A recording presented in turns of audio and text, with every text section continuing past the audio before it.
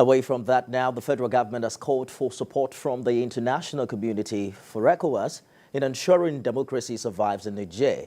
And this was part of the highlights of a briefing by the Ministry of Foreign Affairs to the diplomatic community in Nigeria. Moyo Thomas reports.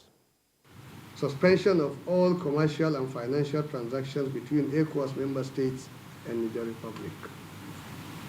Freezing of all service transactions, including utility services.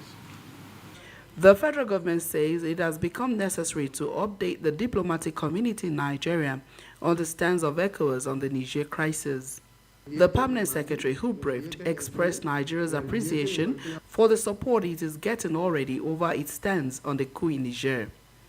Many countries such as the US, UK, France, and regional bodies such as EU, UN, and even AU have condemned the coup and the continued detention of President Bazoum. Nigeria and indeed Ecowas calls upon the international community to remain resolute on that stance and continue to show solidarity with Ecowas for affirming the superiority of democratic and constitutional rule over dictatorship. No doubt, the developments in Niger, like Burkina Faso, Mali, and Guinea, have raised serious concerns about regional stability and democratic principles in West Africa. As such, the success of the coup in Niger will significantly dampen ECOWAS's reputation, especially if the country joins the ranks of others that are governed by unconstitutional leaders. The deadline set by ECOWAS for the return of power to a democratic government is just in few days, and many are already speculating that the junta will not abide by the conditions set. That notwithstanding, Permanent Secretary clarifies that the use of force will be the last resort after mediation and other diplomatic measures have been exhausted. Every situation comes with its own solution, and Nigeria has not sent military to Niger.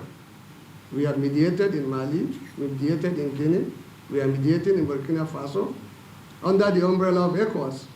And this is exactly what we are doing in Niger. Niger is not different. The meeting has now gone into a closed-door session, and as highlighted by the PAMSEC, they hope mediation works and Nigeria never gets to the point of using force. Moyo Thomas, TVC News, Abuja. TVC's Foreign Affairs correspondent Moyo joins me now for more on that meeting. Moyo, what's the update right now? Because we understand that 2 envoys were sent to Niger yesterday by Mr. President. Did the Permanent Secretary of Foreign Affairs talk about where Nigeria is in the mediation process? Yes, that was part of the questions that journalists asked him after he briefed, and he said that he cannot at this time give an update on what the outcome of the mediation, but he assured us that mediation is actually ongoing and that the president, the envoy sent, they've arrived and they're already in talks. But then, because of sensitivity of the situation, he cannot give us an update at the moment. But in the shortest, as soon as possible, as soon as the reports are ready, they will give that up to journalists so that we can know what is happening on that. And this is also important because of the fact that a lot of Nigerians have expressed concern over the use of military intervention in case the junta does not hand over power back to the democratically elected president. And then the concern that has been raised is the fact that going into war with Niger would it's not a good thing because of the situation, the proximity and the brotherliness that we share with Niger. And then we have a lot of borders. There are 7 states bordering Niger with Nigeria. And so this situation, but then it's good to note that Nigeria is also, the federal government is also working on that and says that it will never use force except necessary. And they're harping on on diplomatic measures, mediation, which is ongoing at the moment. But how did the diplomatic community react to the last resort, which is military intervention? Well, Nigeria has that as number 7 on the list of ECOWAS recommendation.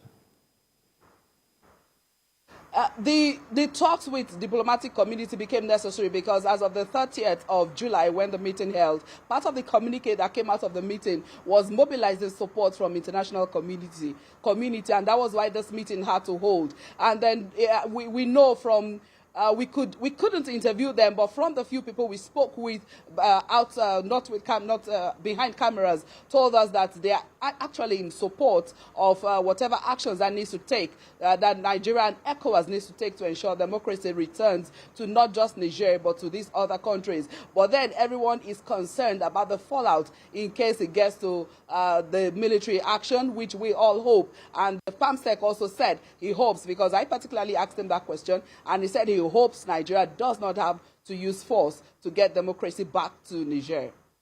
Indeed, the Senate has now resolved to deliberate on Mr. President's request as regards the ECOWAS resolutions, one of which is a military intervention as last resort. We'll see how that plays out in the coming days.